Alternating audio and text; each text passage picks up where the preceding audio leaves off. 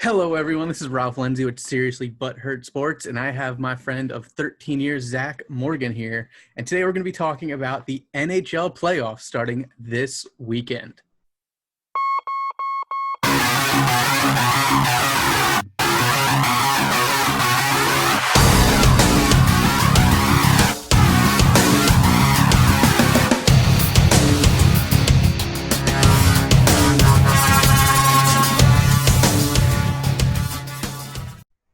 Years. Wow, I'm not going to say it. Hi, my name's Zach. It's great to be here. Thank you for having me on, Ralph. Sweet. So, Zach, how you been doing? I know we haven't talked in a while due to everything going on. How you been? Hanging in there. It's definitely been. It's been. And I mean, I really what else to say. There's a global pandemic going on. I've been staying safe. My family's been safe, so that's the best that we can ask for. Awesome. Fortunately, I'm happy to report that while there have been unfortunate, there hasn't been happy. I can say that my family has been good, and that is just. I can hope the same for you, but it's been weird. Yeah. It's been weird for all of us, and it's been even weirder without having sports. Obviously. Oh yeah, no. It's just caused so much. It's weird that now I'm saying to you, it's weird that there are sports going on, and I almost mean it. Well, I mean, again, we've known each other for 13 years. I'm a big baseball guy, so me not having baseball during the first half of this summer was almost torture. But don't worry, the Yankees still got hurt. It was amazing. It was amazing. They still found a way. But we're not here to talk about baseball. We're here to talk about it. The NHL playoffs. So if people can see, we all know where my allegiances lie. I'm not shy to show it. Colorado Avalanche have been my team for a very long time now. That is a Devils logo. Die-hard Devils fan. Undone. Although Devils didn't make it in even with expanded playoffs. How are you feeling about that?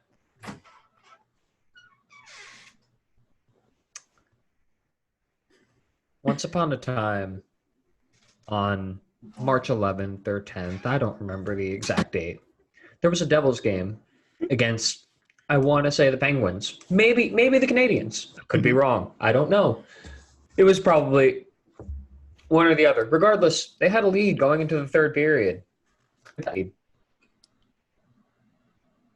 It was the most fitting way to end the game. They lost in overtime. Oh. They may have lost. I think they lost in regulation. Regardless, they were the last team out, the first team out. They were out by 1 point. That's the frustration I'm trying to give you here. But at the same time, also, they didn't deserve it, and I'm happy I don't have to sit through it.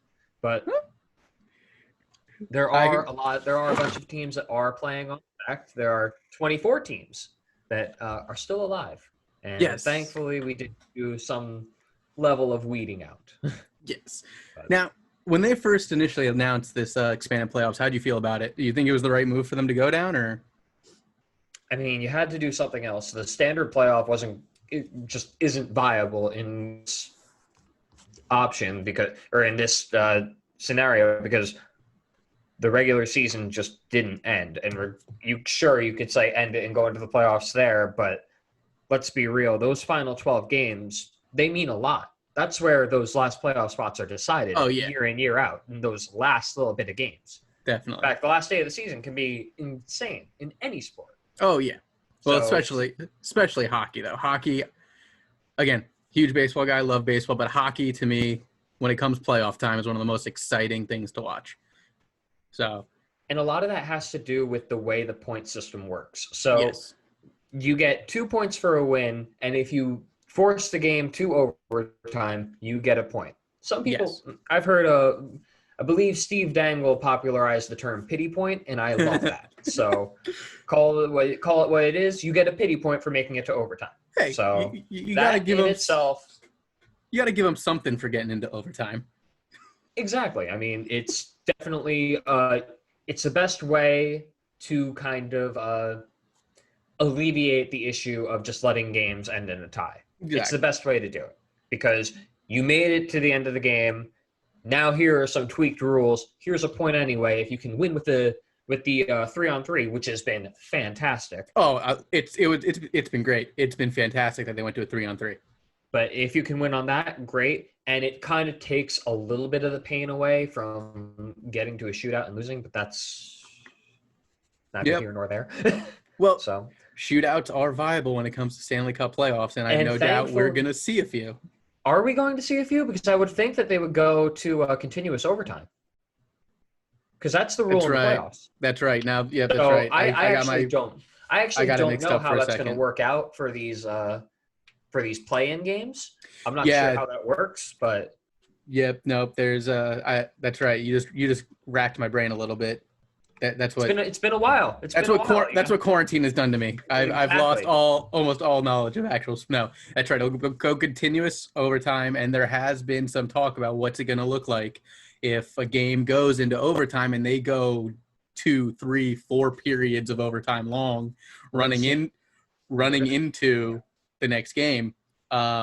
Especially probably affect the middle game more than anything, because with that middle game, you start getting to warm up. You have your warm up routine, but then it goes into overtime, so you sort of have to shut things down because you're going to see guys get gassed a lot earlier, and you're going to see who was really doing their conditioning work in the off season. I guess you'll call it.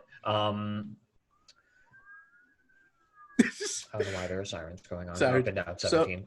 So that'll be interesting to see what happens when it comes to overtime games and how that'll affect those mid and afternoon games. But what series are you looking forward to seeing in this in our series I am looking forward to the most? So the ones I'm paying the most attention to are the Vegas Golden Knights versus the Coyotes, as well as whoever Vancouver is matched up with. They're Minnesota. So here's the Golden Knights are in the round robin. It's the Predators versus the Coyotes. That's what I'm talking about with the round robin. I'm sorry. When I say play-in, I was referring to round robin, just to clarify that. Okay. But if we're talking about the play-in round, what I'm paying attention to absolutely would be, I want to see what the Coyotes do, and I want to see what the Canucks do. Gotcha. And it has everything to do with the Devils have the first round pick of the Coyotes if they don't win the first overall pick in the draft. But if they lose in the round robin and they don't win there, that's a 9 through 11 pick, as opposed to where if they get to make it through the round robin, then it's 16 to 31. So you're interested in implications it'll have with the New Jersey More Devils or less. in this draft. That is what I am paying attention to in the round robin. Teams, though, I really want to see what Calgary has in the tank. Same thing with Pittsburgh. Pains me to say it, but Crosby's still something to watch. And Evgeny Malkin is one of my favorite players in this league. I love everything about him. I love the aloofness of his personality that has been spread around the NHL, what little personality they spread around the NHL. But he's just watch some of his interviews. The man is hilarious. I love Evgeny Malkin. And absolutely hilarious. I am score. I don't see the Penguins running into too much trouble with the Canadians in this first round.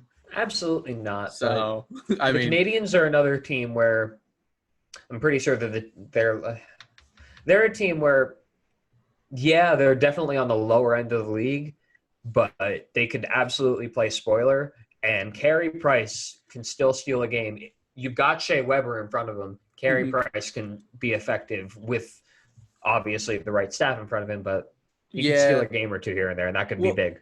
And Carey Price could be one of those players where this layoff may have helped because he was not having a good season, at least to his standards, as he normally has. No, he was definitely having an off year, and he really has kind of stepped off a little bit since he signed that big extension. I hate to say it, but that's a big, big money contract, and he has not been living up to it. But the break could obviously let him get his head together. Goalies have it really tough because once they get injured, it is especially in the hips down, it's very easy for that to kind of compound on itself. Yep. Especially if it doesn't heal right away. Yep. So it'll be interesting to see, because if Carey Price can bounce back and get his head straight and go back to the old Curry Price, that's the only way I could see the Canadians making a run at the Penguins and giving them a little run for their money. But other than that, I don't see much going on between those two. You were also talking about the Wild versus the Canucks. The Wild have always been one of those teams, and I know from personal experience, when they played the Avalanche a few times in the first round, they always find a way to just grit. Just somehow grit wins out and find a way to win a series. To be fair, that's only against the Avalanche, it seems. That is very true as well. I can't think of another team they've beaten in the first round, which they haven't gotten past the second round, and God knows if they've ever done it. Yeah. So I'm sorry, that's painful. I get it. Yeah, it is. So you're right. It is something. It's almost like they play the Avalanche, they step up their game, they play somebody else. It's okay. Well, it's whatever. Well, the Wild are in a precarious position because with the way that roster is currently built up, and I just want to put that in front of me before I completely.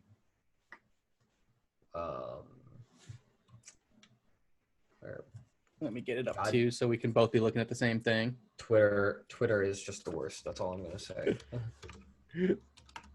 Let's see here. But you have Zach Parise, who he is. I'm amazed that he is still somewhat playing. There's a lot of young talent here. I really like Joel Eriksson Ek. Mikko Koivu is still solid. Matt Zuccarello, I've watched him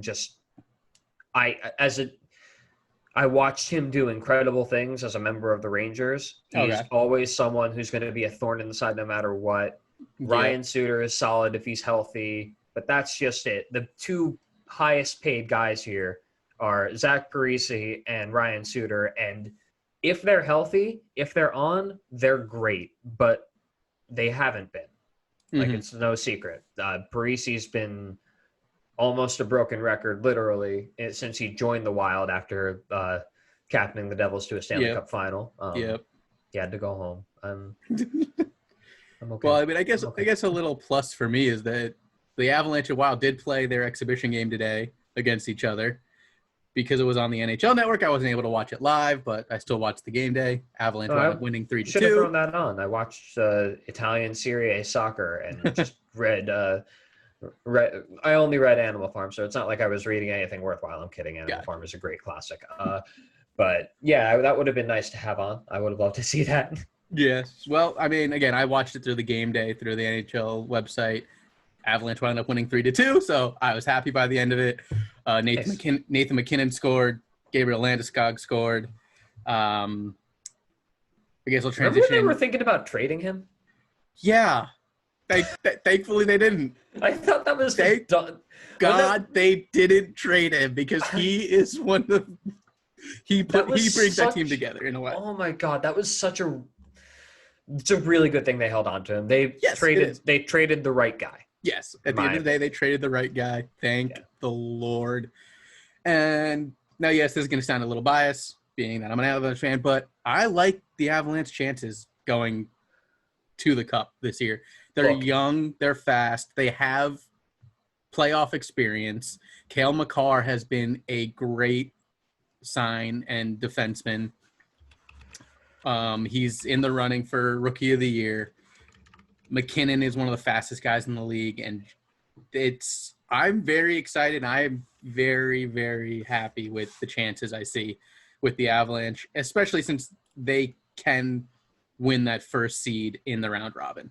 Look, the fact is, Cale Makar is making the Colorado Avalanche look like a genius for having the worst season I can possibly remember in the last 20 years in the NHL. At least point-wise, they had less than 50. They were at the bottom of the league, and then the next year they jumped to and then they full-on lost the lottery. Big ups. Happy Nico Hischier Day, everyone, by the way. I believe it is Nico Hischier Day. That is a thing. Okay, gotcha. Nico Hischier's fantastic. Add that to the calendar. Love him. But Cale Makar right now is looking so incredible. Oh, yeah. And those two defensemen who went 3 and 4 are really... Well, Cale Makar, I wouldn't be surprised if they end up being the 2 best players of the draft. Well, Cale Makar just fits into the Avalanche system that they've been putting together for the last few years too, where they want their defenders to be more attacking and really just push it in the other zone. The Avalanche have built their team perfectly. Oh yeah. So the Avalanche have built their team to be fast and attack. And so long as we're talking about the draft, Heiskanen, that's a guy who absolutely just gelled right in with the Stars last year. And you could see it in the same, they have similar games, but they're not entirely the same. I'm not going to sit here and say they're mirrors of each other, but in a similar fashion, it seems like Heiskanen has kind of taken over a big role in Dallas in a similar way to Cale Makar. But Cale Makar, what he's done, if he doesn't win the Calder, that's a crime. Yeah, well, that's to be determined. I agree with you. Being an Avalanche fan, a little biased. Don't care. I say that being, I think Mackenzie Blackwood had a fantastic rookie year. He did incredible with what he had, but what Cale Makar was doing is just the beginning of this when he first came into the league, his stats were just unreal. I think it was he scored like a point in the first 20-something games or something like that, or he had a very long point streak. Yeah, he had a very long point streak right away, and it was great to watch. But I'm sorry, just to go back, we kind of go off top. The Avalanche we were talking about a little bit with Landeskog, they have those 3 forwards. You put Nathan McKinnon, you put Gabriel Landeskog, and you get Mikko Rantanen right on the right there. Mm-hmm. That is a dangerous line that's going to cause any team problems. You follow that up with the fact that they added Nazem Kadri last year. Oh, yeah. There is a lot of depth on this team, and the defense doesn't just have it's not just Cale Makar. Eric Johnson is a solid piece there. You look at Samuel Girard, who's been a huge part of that Duchesne trade on the way back. Ian Cole is solid. There are a lot of pieces here, and I really do like Philip Grubauer. He's a solid goalie, and he can anchor a team. It's kind of no. He's not. He's on the Islanders now. Please excuse me. I was about to say something about Semyon Varlamov, but you're good there with Grubauer nonetheless. Well, we also have I can't pronounce his last name. Francouz. There you go. Yeah. He's not half bad. Oh wait, that's not French. That's Czech. I have no idea. Czech, French. It's a name I can't pronounce easily. I understand. Even though I'm a fan of the team, it's just one of those names I can't pronounce ever. Pavel. But Pavel is his first name, so we'll call him Pavel. I mean, he's a good backup too. He's had a good year as well. So it's sort of a goalie tandem that we got. Again, like I said, this team is just.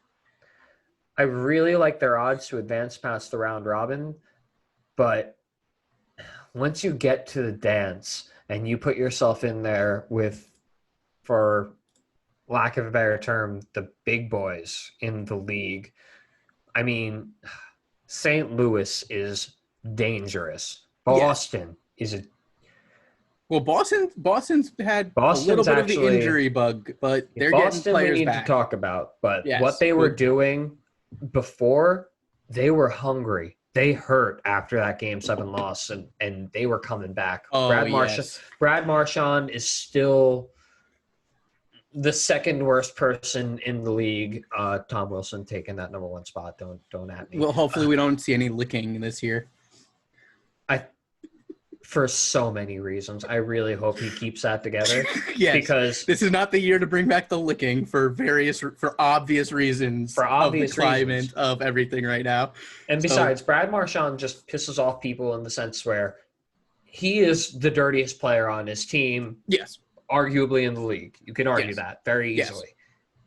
But you could also argue that is like the best player, if not the second best player on the Boston Bruins. Oh yeah, he's one of their stars, and it's infuriating. Actually. Oh yeah, and we'll transition to the Bruins. I just did want to reiterate one thing I said. The Avalanche are a young team, but they have playoff experience, so that's where I think that they have an advantage. Because everyone's fresh, but when you're younger, when you're young and fresh, it's a lot different than when you're older and fresh. So being a young, fresh, fast team that they are with playoff experience, that's one of the reasons why I'm very, very high on their chances to go through to the Stanley Cup. But let's transition over to the Bruins, because you were right. They were having a phenomenal... Oh, I didn't even realize. I forgot the Avalanche were in second place. Oh, yeah. They were in second place behind the Blues. But like we were talking about, the Boston Bruins were having a phenomenal year before this all started. They were at 100 points. They had the President's Trophy all but locked up. So, again, they've had a little bit of an injury bug, but it looks like their players are coming back and should be ready for the start. Again, did they have their exhibition game yet? Let me check. I don't know if they did or didn't. I don't believe they did. They might have. They did not. I think their exhibition game is tomorrow against the Blue Jackets. Do they even get an exhibition game? Oh, no, that's the NBA that starts tomorrow. I'm sorry. Yeah. No, all the teams got an exhibition game. So they have theirs against the Blue Jackets at 7 p.m. Again, it's Boston. They're a team that's always up there. They're always going to fight for the cup. Like you said, losing in Game 7 last year, the way they did, just put a fire underneath them that was obvious in the regular season. So they're obviously going to be a tough team to get through if it gets to that point for the Avalanche. A couple series that are interesting to me that could go either way. You have the Panthers versus the Islanders, and it's one of those things where the Panthers just match up well against them. It's just one of those things where it's just a matchup thing that I'm not saying. Are you saying the Panthers match up well with the Islanders? I'm trying to remember an article. Or the Islanders match up well against the Panthers? Who do you like here? To win it, I like the Islanders to win it. I like the Islanders, and I don't think it's. Granted, this is the first year. This is the first year with Bobrovsky and Quenneville, but I don't see it with the Panthers, and I say that knowing that Alexander Barkov is one of the best players that nobody talks about in this league, and they have solid pieces on defense. Aaron Ekblad is there. Keith Yandel is a great puck-moving guy. They have pieces here. There's something. I say that I was often saying with the Washington football team that there's just something in the water that stinks. With the Islanders, it's the opposite. There's just something in the water. This team has this sort of, ever since the plans to bring them back to the island, there's been a sort of magic about them, especially with the discovery of Barzal. He is electric. I have watched him come into the Rock, and he is just an electric player. Very, very quick, very good hands, great passing, great vision. I can't stop gushing about this kid. He's fantastic. But the fact that they're going back to the island may have something to do with it. Just that fan. But I mean, the NHL fan base is re-energized with that. Oh yeah, and Brooklyn sucked. Yeah, and I mean, flat out, when you have that fan base and you can play in front of your fan base consistently, it definitely makes a difference, especially in the NHL. I think it might be a little closer of a series than most might think, but the Islanders, I believe, move forward either way. The Coyotes versus the Predators could become interesting. As we already said, Canucks versus the Wild may become interesting. But actually, one thing I just want to touch upon, you and I have watched hockey for years now. We know how big the crowd is when it comes to momentum and energizing teams. We can't mention Toronto. We will upset so many people if we don't do that. Yes, we'll get to Toronto in a second. But what do you think? Austin Matthews. Oh, well, yes, Austin Matthews, one of the best players in the league currently. And then in Edmonton, you got Connor McDavid, obviously. Yes, we can't forget that. With no fans, what effect do you think that's going to have during these series? Do you think it's a possibility that no fans give some of these teams that maybe aren't thought to really go far may actually have a better chance?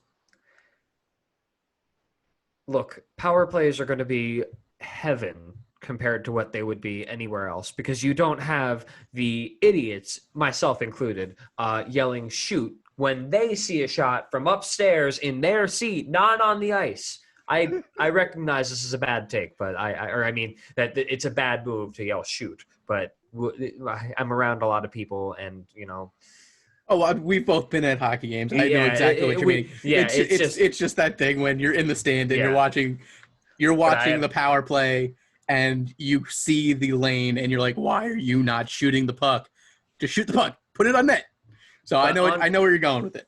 I think that it could work. It could work one of two ways.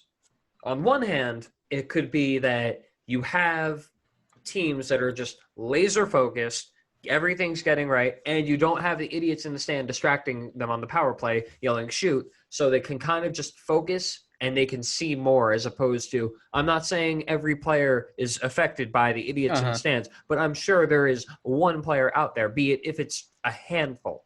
That's still something to think about. Okay. So yeah, I get what you're saying. So it's kind of, there are less distractions there to begin with. So that's the one end, and it could really get teams laser focused on their game. On the other hand, if a team goes down and they're looking for that hometown boost, that pick juice, me up, yep, that's not coming. No. So that's going to definitely play a role, and I could easily see that being a detriment to a lot of teams. Yeah. Specifically, the Islanders. They're a very big hometown team. Mm-hmm. Especially when they are playing on the island. The place gets loud. Yeah, it's going to be a big detriment to some teams. And it's going to be one of those things to watch, definitely, especially with a team like the Islanders. If they go down, are they going to be able to dig deep within themselves and get that motivation without the crowd? And it might be interesting to see if that type of thing affects any other team. But Tampa Bay looked really good. They won 5-0 today. Ovechkin looked great today. Tampa Bay, ready. You can't talk to me until Tampa Bay. I'm done. I like what they did last year. I'm done. Like, yeah, that's true. Like you have to show me a lot more than a 5-0 game in preseason. Yeah, no, I get it. Close. You have so much talent. You kept the coach, which is baffling to me. Like if he doesn't win 2 series minimum, that not including the round robin, he has to win that too. If he doesn't win first round, second round, get his team to the conference finals, I don't see how in any sense you bring him back. Except for the fact that one, if it ain't broke, don't fix it. But it's kind of broke. How many years have they been the favorite to win the Stanley Cup now at this point? Last 4? Well, especially as you just mentioned last year, where they just fell off the earth when it came playoff time. That was a special Columbus team. I'm not going to sit here and say it wasn't. It was. They bought in at the deadline in ways that we have never seen. Yes, that is true. But still, with what the Lightning did during the season, to then come to the first round and completely lose it. Drop the ball on the last seed in the conference because they were the second wild card team. Yes. Now we have a couple more minutes left, but as we mentioned, we got to get to Toronto. We got to get to Edmonton. Get to Matthews. Get to McDavid, who scored 2 goals in his team's no surprise there. Exhibition. Not a surprise at all, but it's good. It's one of those things where in an exhibition game you want to see those top players get in there, score the goals to know, okay, they're not going to be in any type of slump or anything like that. Look, Edmonton's not very exciting to talk about, and I know that's going to come off whatever, but the fact is, look, their 2 best players are 2 of the best players in the league, bar none. You've got Leon Draisaitl and you've got Connor McDavid. Mm-hmm. They're top 10 players in the NHL. However you want to line it up, top 15. If you want to really, really nitpick with me, that's fine. Mm-hmm. The defense can be really, really good or it can be really, really bad. Adam Larson is a solid piece back there, and he has done a tremendous amount of work in kind of easing the pain of what they had to give up to get him. Mm-hmm. And quite frankly, you could argue, given the short term with the Devils, that's looking like a pretty not awful trade. I'm going to get flamed for that. Anyway. Hey, Just being honest. Yeah, That's your take. It's being honest. Sometimes look, you gotta. Taylor Hall is not on my team anymore, and I can't express how much that hurts. Oh, I know it does. Trust me. There are many times you and I talked about your wanting of Taylor Hall to stay with the Devils. Trust me, I know how you feel about that. I will always love him. I don't blame him for what happened, but he was traded, and then we fired the GM, or then we fired the coach, and then we fired the GM. And it's been kind of a weird trip for the Devils ever since. But that's not I like the Oilers' chances. I really, really do. It's really just a matter of, can you stop that offense? James Neal has been a great replacement for Milan Lucic, so that's a roster spot that you have that you previously didn't, because Milan Lucic was a waste of a space in there. I said, but. And the Oilers have good prospects. It's just it all lies on what can Leon and Connor do. Yep. The Maple Leafs are where it gets interesting, because they might not have made the playoffs had this not happened. True. So with the Leafs, it's kind of hard because you have a lot of different players. Not everyone is really committed to coming back, and it's tough. They're facing the Columbus Blue Jackets in their first round, who played spoiler, as we just mentioned, to the Lightning last year. But that's a different team. That's a very different team than what it was. Of those pieces that they acquired at the deadline, I don't think they retained any. I mean, Ryan Dzingel is gone. I know that. So is Matt Duchene. He's off in Nashville. They lost Matt lost Panarin and they lost Bobrovsky, and Bobrovsky and Panarin were huge. Yeah. So you're looking at a very gutted Columbus team. I really wanted to. I was actually about to jump in and say I really, but I'm remembering their playoff roster, not what they were, and it's a different team. John Tortorella is fantastic. Seth Jones, amazing, but that's a team that's still kind of got to figure a majority of it out, given the personnel change. The Leafs, though, they have so much in those forwards. If they don't do well here, I've heard talks that Dubas could be gone. I don't know if that's necessarily the best idea. I feel like that's pretty premature. He only got the job recently, but he's made a lot of big money decisions, specifically with Mitch Marner, specifically with William Nylander. Like, he spent a lot of money. And I can't forget John Tavares. Yeah. So, yep. So at some point, all this talent, especially in the forward core, has to step up. And this is Toronto's chance. What better time than now for Toronto? True. I really like Austin Matthews. No, he's not quite what they have in Edmonton. He's not. The numbers say he's not, and that's just kind of that. McDavid's the better player. You could even argue that Leon might be the better. You could argue that Leon might be. That's a real discussion. Either way, that meme has merit. That's a meme for it. Gained traction for a reason. Either way, Matthews is not at the standard of either of them. Good player. Don't get us wrong. Great player. He's just not at that level. But maybe he'll get there one day. He could get there one day. Maybe he's there now, and maybe he'll show us. But maybe I need to see something from Toronto to believe in this future that they've heavily invested in. Well, maybe we will see it then during these playoffs. But so we're out of time. So Zach, who's going to the Stanley Cup and who's winning it? All right, let me bring up the actual bracket and have it in front of me.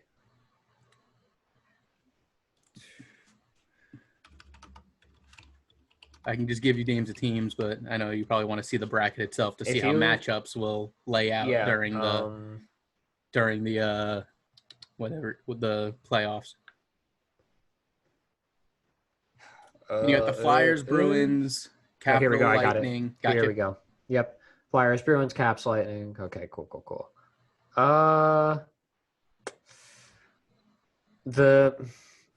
So for the Western Conference, I really show me teams 1 through 4, because Western Conference, you got the Blues, Avalanche, Stars, Golden Knights. Okay. The Blues were incredible during the regular season. So honestly, if Pasternak can come back and do what he was doing, the prospects of a Blues Bruins rematch, I like. Okay. Yeah, that's that's what I'm going with.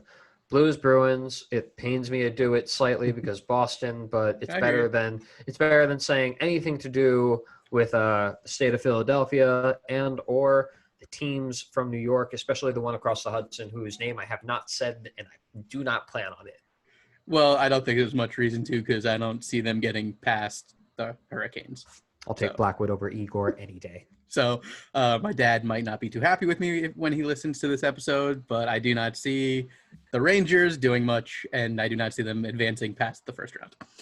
But on that note, so we have what happened to Henrik Lundqvist in New York is the biggest modern tragedy of the last decade. Terrible. So we got Blues, Bruins. Who's your pick to win between the two? It really could go either way. Both teams, they'll have another thrilling Stanley Cup Finals. Take it to a Game 7.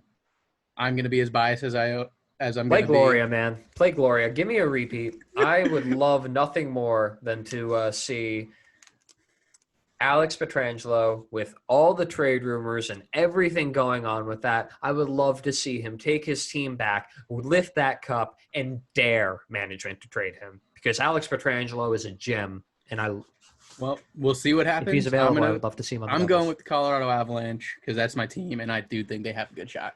I'm going Colorado Avalanche versus Bruins. The Bruins, their team is just stacked. They're far and away the best. Going into this, they were far and away the best team in the East. Teams that could play spoiler, though, the Capitals, look, Ovi's got – the Capitals are there, and in the same – they're almost built in the same light as the Bruins. You've got a lot of skill, and you've got a lot of grit. So that could go – if a team is going to take the Bruins down, I think it'll be the Caps. Ovi waited long enough to get his first. He's looking to get his second. Oh, man. That'd be awful, though. It can't be Ovi. That party. I need to be able to love that party. Well, I really need to be able to love that party. We'll see what happens. Thank you for tuning in, everyone. Zach, thank you for joining me for this episode. Thank you. And if you liked what I had to say, give me a follow on Instagram at ZachMorgan47, ZachMorgan 47. I've got some stuff coming out. Pay attention. Awesome. Well, have a great rest of your day, Zach. Everyone have a great day. Let's go Avalanche. Thanks for having me, Ralph. Take care.